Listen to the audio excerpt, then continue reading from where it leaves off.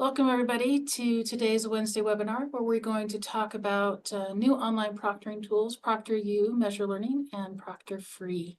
With me today is Mark Cooper, Ryan Randall, and Rick Fowler. We work in the ITRC and we're here to support and help you with technology and teaching. Here's an overview for today's session. We are going to talk about why the change to ProctorU, Meazure Learning, comparing ProctorU, Meazure Learning, and ProctorFree. We're going to do a deep dive into ProctorU, Meazure Learning, the Live Plus and Record Plus options. And then we're going to talk about the support resources. So to start off, why the change to a new online proctoring services? In the world of technology, companies buy each other out. Examity was purchased by Meazure Learning. Meazure Learning has purchased several online proctoring services. So online proctoring, live online proctoring is now provided by Meazure Learning through their ProctorU tool. Meazure Learning is in the process of rebranding all of the products. So that's why we have the ProctorU Meazure Learning. Sometimes you will see Meazure Learning in the resources that they provide, and sometimes you will see ProctorU. So we wanted to be as clear as possible so that you knew that you were in the right place. Eventually, ProctorU, Meazure Learning will simply become Meazure Learning. So we know that there was some delay. Meazure Learning had some issues getting everything synced up with our resources, but we felt that it was better to make sure that we have everything in place at the beginning of the semester rather than asking you to make the changes right before midterm. So we know it's a little bit hectic at this point. We apologize for those pieces, but we definitely want to make sure that you start off the semester well. So now we're going to go into some of the comparison. So we've created this chart to help you determine which option is best for you when you choose a proctoring option. So as you can see, we have three different rows. We have the ProctorU, Meazure Learning, Live Plus Proctoring, ProctorU Record Plus Proctoring, and then ProctorFree, which is a record and review option. So I'm going to go over the first two rows. The Live Plus Proctoring option. So with this option, when you set up an exam, students will enter it, and they will be proctored by a live proctor through the proctoring service. So someone on the end of ProctorU will be monitoring their system, monitoring their video, so they'll be watching the video of the student and their screen to make sure that they're not doing anything untowards. So for example, for a low stakes quiz, it's kind of overkill. You don't want to go for a low stakes quiz with this. And this is when the Record Plus option would be better, because Record Plus doesn't have a live proctor. Instead, it just is a recording of the screen and the student on their webcam. It will automatically tag any red flags, such as if someone walks into the room, if they go to a different website they're not supposed to go to, it'll be flagged. And we can talk about that in just a minute. So back to the Live Plus proctoring. So this is good for high stakes quizzes. So if you have quarterly quizzes or just a midterm or a final, this is when you would want to use the Live Plus proctoring with the full proctoring option. The Live Plus proctoring also allows us to do external exams. So if you have an external exam that's hosted through Pearson, Macmillan, or some other site, or an outside website that uses your quizzing or exam system, then you can do this. In order to set this up, you will have to go through the steps and create an account. And then once you've created your account, then it'll give you more options so you can set up the URL that you will be using. And if you have questions about that, you can contact us and we can walk you through that situation later. ProctorU for both the Live Plus and Record Plus options allows you to set user overrides and accommodations. So if you have students that need things like time and a half, or disability services has contacted you and let you know that your students have certain accommodations that need to be made, you can set those up inside of ProctorU. The setup window, ProctorU has requested that we set up quizzes and exams 2 weeks prior to the open date. This allows them to go through, they monitor things, they have to get things set up on their end, especially for the live proctoring. They have to make sure that they have enough proctors for that time so that when students sign up and set their recording schedule or their proctored schedule that they have enough people working there. And if you've used Examity in the past, the situation's pretty similar. Your students will go in, they'll enter that portal through the ProctorU.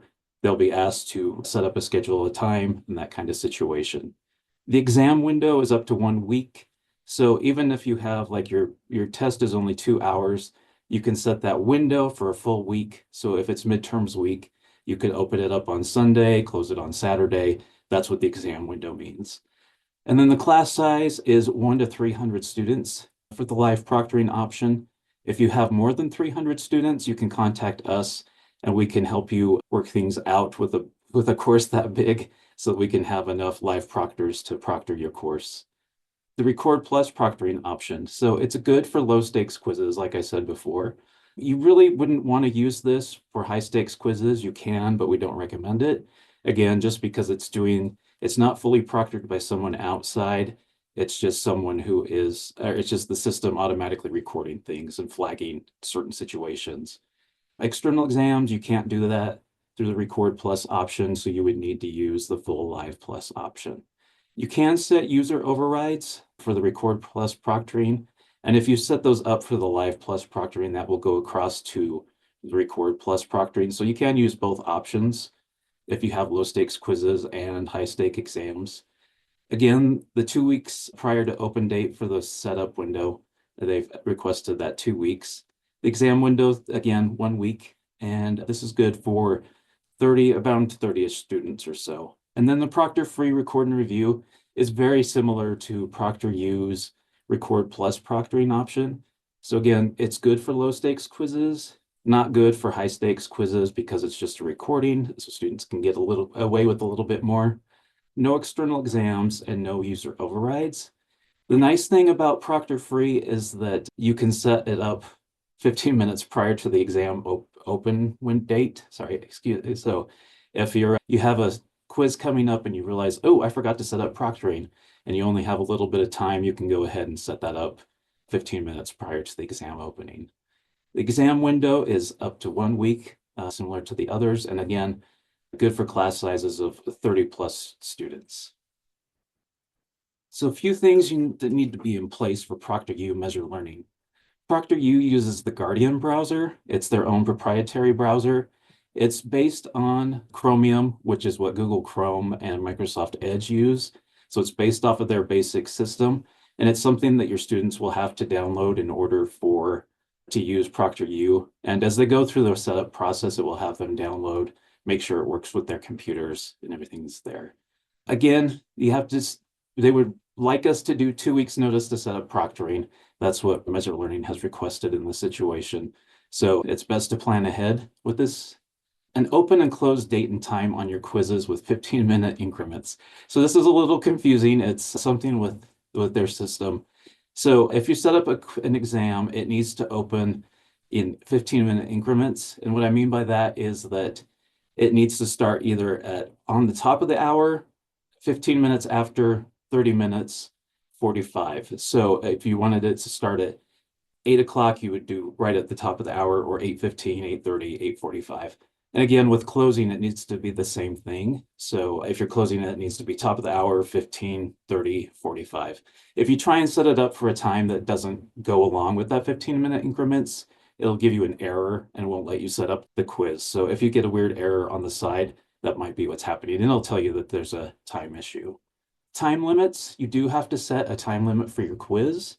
So this can be however long you want. It could be from anywhere from 15 minutes to 3 hours. And you'll also need to think about time and a half for those students who have accommodations, but that just has to be included when in your quiz setup when you're getting that set up.